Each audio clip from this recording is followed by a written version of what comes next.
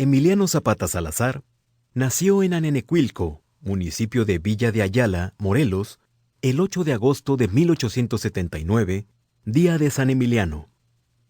Por ello, de acuerdo con la ancestral tradición católica, sus padres, Gabriel Zapata y Cleofa Salazar, le pusieron ese nombre. Fue el noveno de 10 hijos: Pedro, Celso, Eufemio, Loreto, Romana, María de Jesús, María de la Luz, Jovita, Emiliano y Matilde. Bautizado en la iglesia de Villa de Ayala, sus padrinos fueron el administrador de la hacienda de El Hospital, Juan Ortiz, y su esposa Luz. Su familia, de mestizos asentados en Anenecuilco y en el vecino rancho de Mapastlán, desde la etapa virreinal, estaba vinculada estrechamente a la historia que había marcado a esa zona: la disputa de los pueblos contra las haciendas y el gobierno por defender las tierras y aguas que les pertenecían como pobladores originales. Esa región vecina a Cuautla tenía una identidad forjada en los grandes episodios de la historia nacional. Fue teatro de operaciones durante la Independencia y la Reforma, así como en la resistencia republicana contra la intervención francesa. Dos de los ancestros de Emiliano participaron en esos acontecimientos.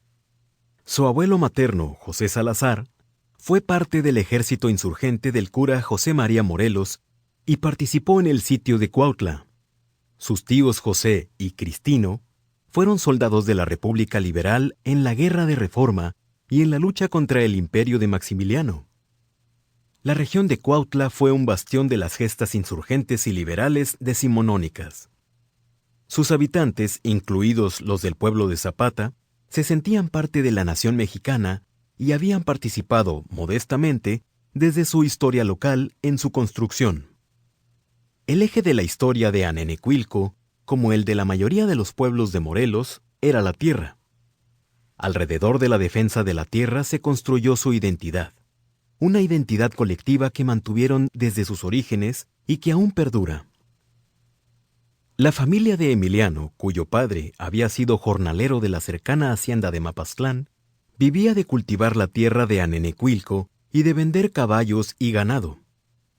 Si bien eran tierras propias, estaban localizadas en la parte occidental del pueblo, dividido en dos por el río del mismo nombre, que era la zona más árida y menos fértil, en comparación con la parte oriental, donde las tierras eran de mejor calidad y con abundante agua.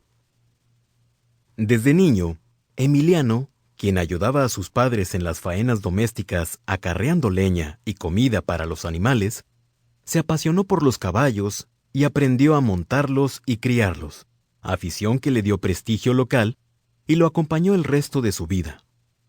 La primera yegua que tuvo, llamada La Papaya, fue un regalo de su padre cuando cursaba su educación elemental. Muy pronto destacó por su habilidad como jinete y su arrojo al montar.